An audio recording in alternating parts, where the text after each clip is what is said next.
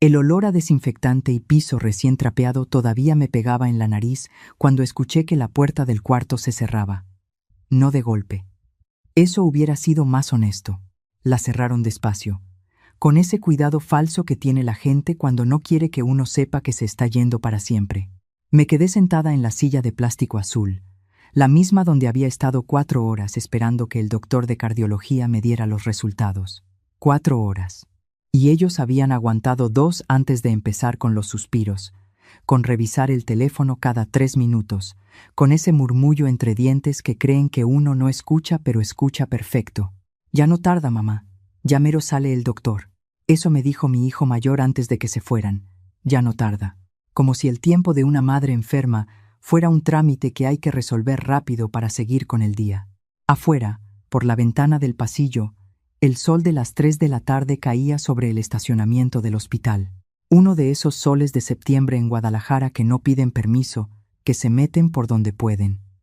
Y te recuerdan que el mundo sigue girando, aunque tú estés sentada sola, esperando que alguien te diga si tu corazón todavía sirve para algo. Saqué el teléfono de mi bolsa.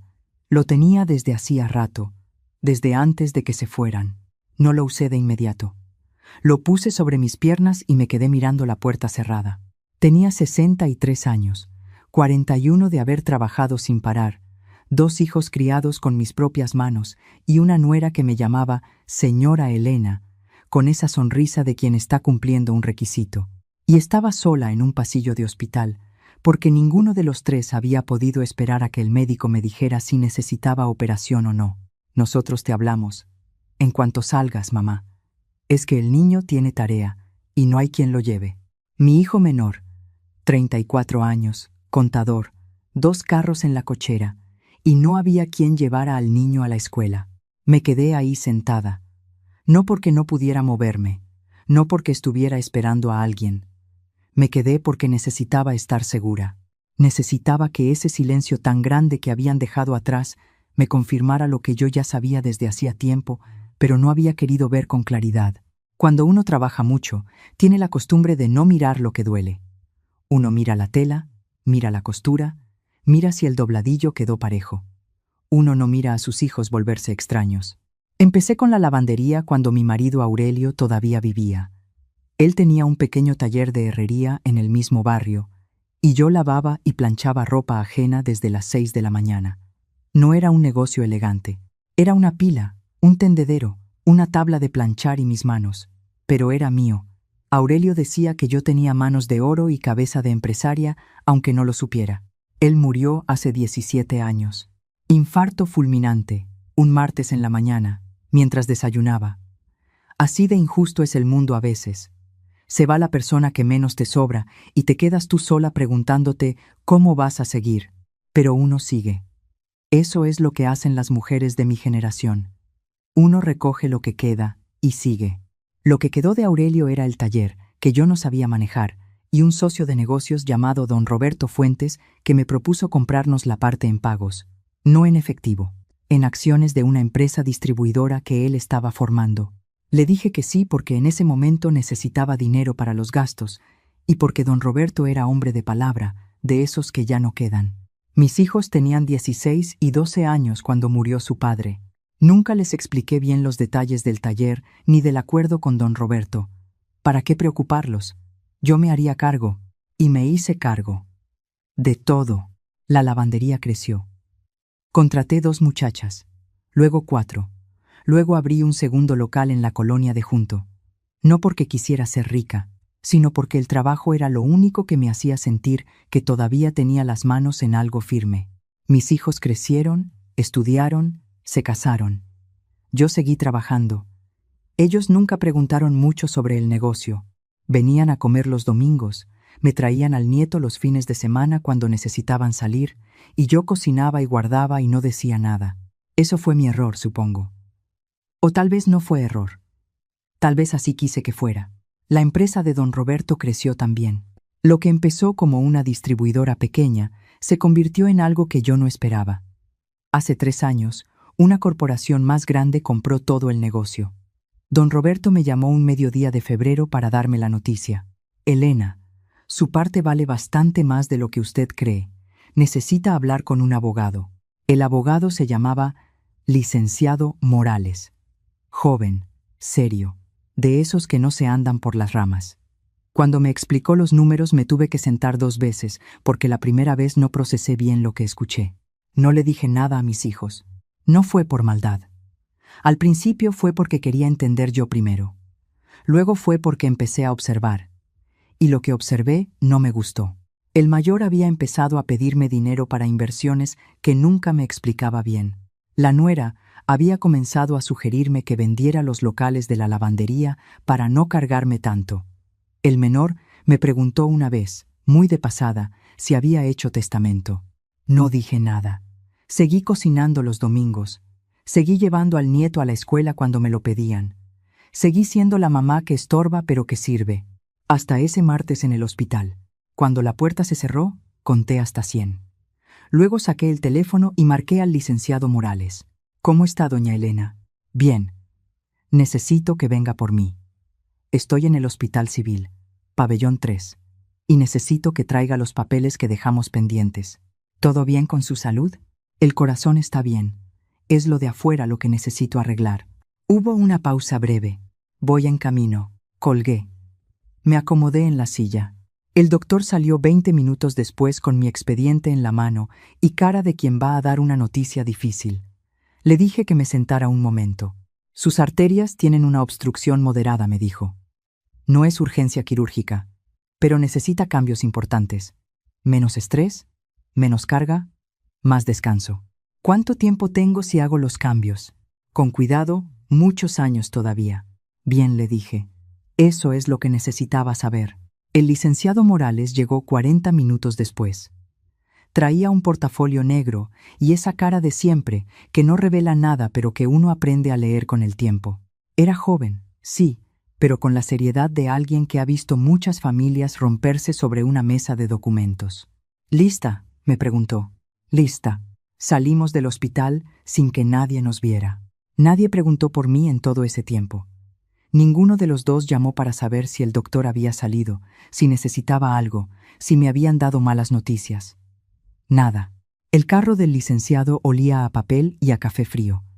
Mientras avanzábamos por el periférico, le expliqué lo que había pasado esa tarde. No con drama, con la misma voz que uso para dar instrucciones en la lavandería. Clara, sin adornos innecesarios. ¿Quiere proceder con todo?, preguntó. Con todo. ¿Está segura?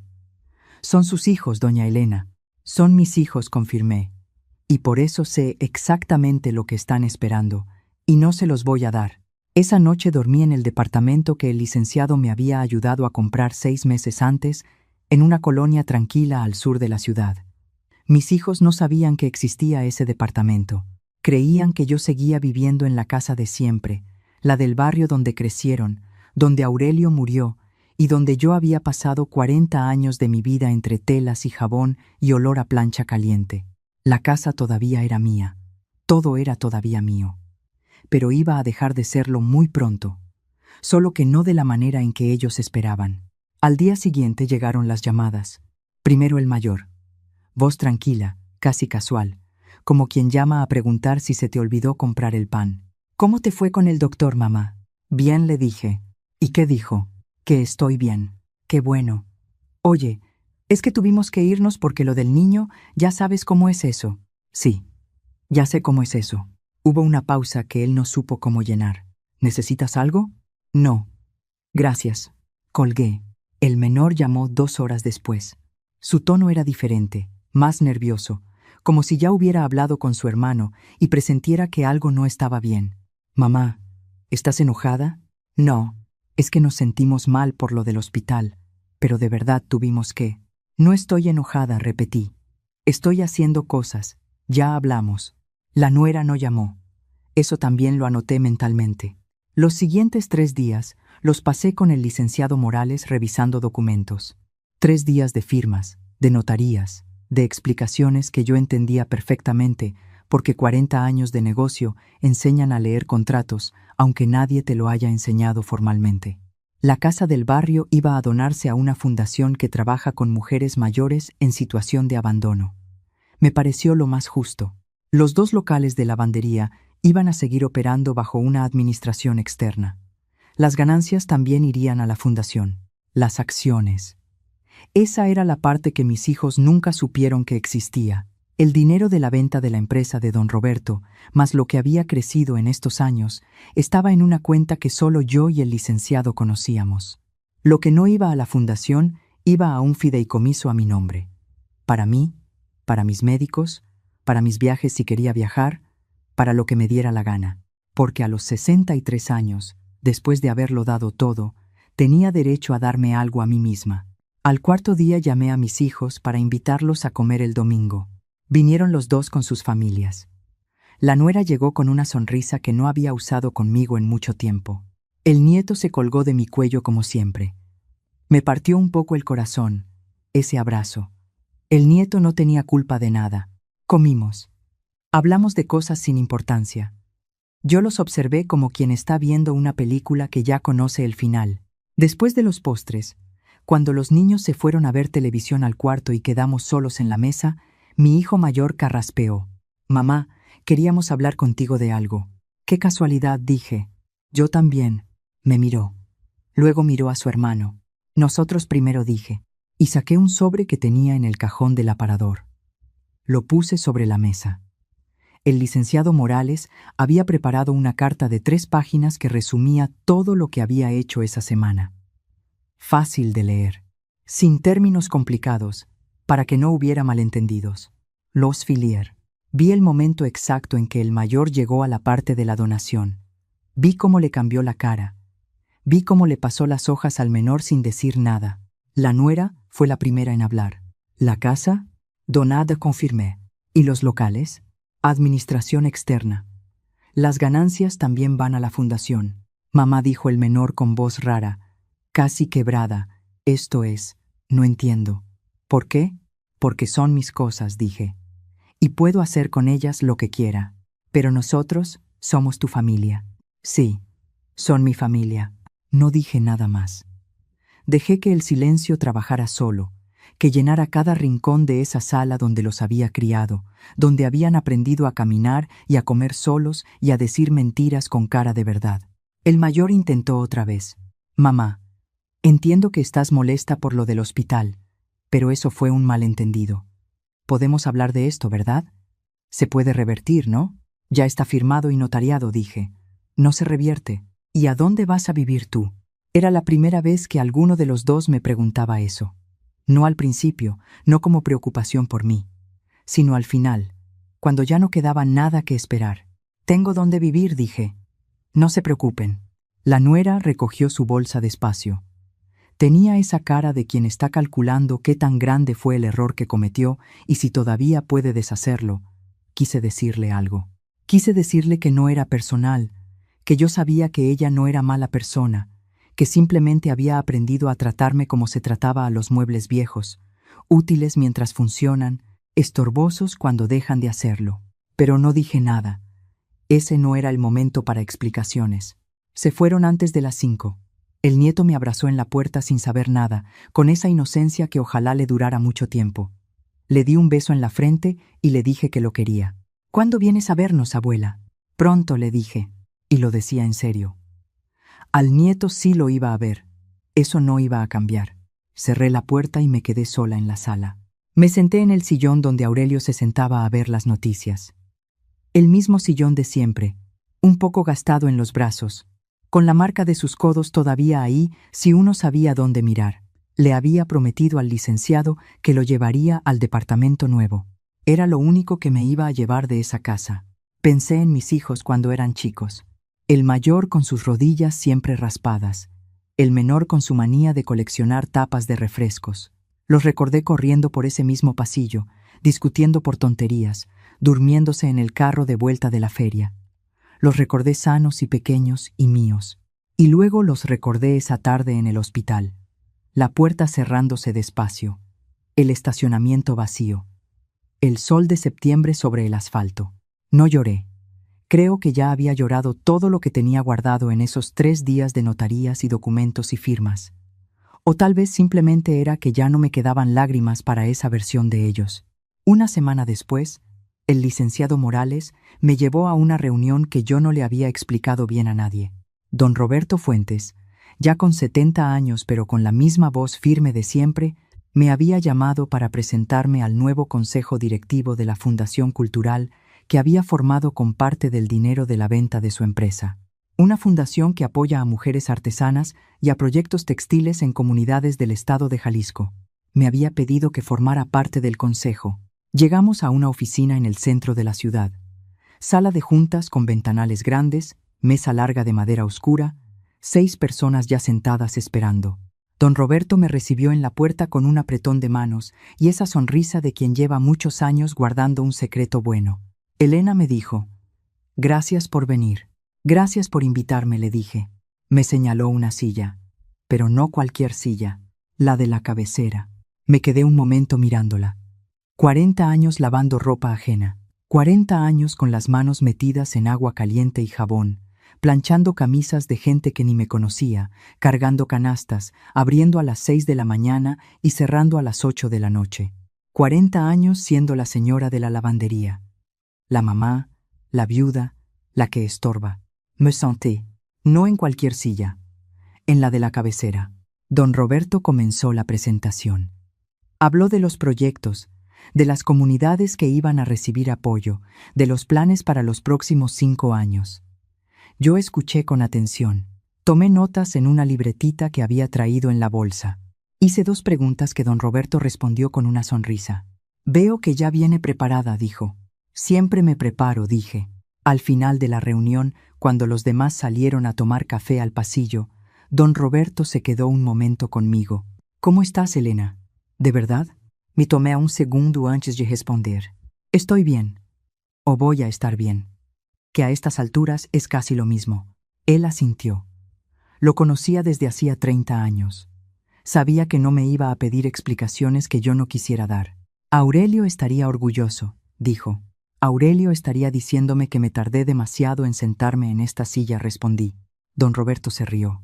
Una risa genuina, de esas que no se fabrican. La primera risa de verdad que yo había escuchado en muchos días. Salí de esa reunión diferente de cómo había entrado. No lo puedo explicar bien. Era algo en cómo pisaba, en cómo cargaba la bolsa, en cómo veía la calle desde la ventana del carro, como si el mundo hubiera ajustado algo que llevaba años desalineado. El licenciado me llevó al departamento nuevo.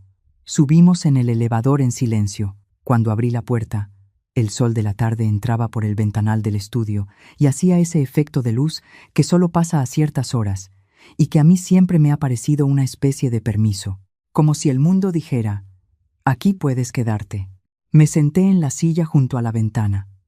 La única silla que había traído de la casa vieja todavía estaba en camino, pero esa también era buena. Saqué el teléfono. Tenía 3 mensajes del mayor y 2 del menor. No los abrí todavía. Los iba a leer, sí. No era rencor lo que sentía. Era algo más tranquilo y más difícil de nombrar. Una especie de claridad que llega cuando uno finalmente deja de esperar que las cosas sean de una manera que nunca van a ser. Pensé en el nieto, en su abrazo en la puerta, en lo que le había dicho. Pronto, lo iba a cumplir. Iba a buscar la manera de seguir siendo su abuela sin depender de que sus padres me permitieran serlo. Eso también lo estaba arreglando el licenciado, con calma, con papeles, con la misma paciencia con que uno descose una costura mal hecha para volver a hacerla bien, porque eso es lo que sé hacer: coser, descoser, volver a empezar con el mismo hilo o con uno nuevo si el viejo ya no sirve. 40 años con las manos en eso me enseñaron que no hay tela tan arruinada que no pueda convertirse en algo distinto. Solo hay que saber dónde cortar. Afuera, la ciudad de Guadalajara empezaba a encender sus luces. Los edificios del centro, el Cerro del Cuatro al fondo, los semáforos y los coches, y todo ese ruido de siempre que a mí nunca me había molestado porque siempre había sido el ruido de fondo de mi vida. Me quedé ahí mirando hasta que oscureció del todo. Luego me levanté, fui a la cocina, me hice un té de manzanilla como todas las noches y me senté a la mesa a revisar los documentos que el licenciado me había dejado para el día siguiente. Tenía trabajo por hacer. Siempre había tenido trabajo por hacer. La diferencia era que ahora ese trabajo era mío de verdad. no para sostener a nadie, no para cubrir lo que faltaba, no para ser útil a quien me necesitara, para mí, para lo que yo había decidido que valía la pena. El té olía a manzana y a algo más que no supe nombrar en el momento, pero que después, muchos días después, reconocí como lo que era. Olía a empezar.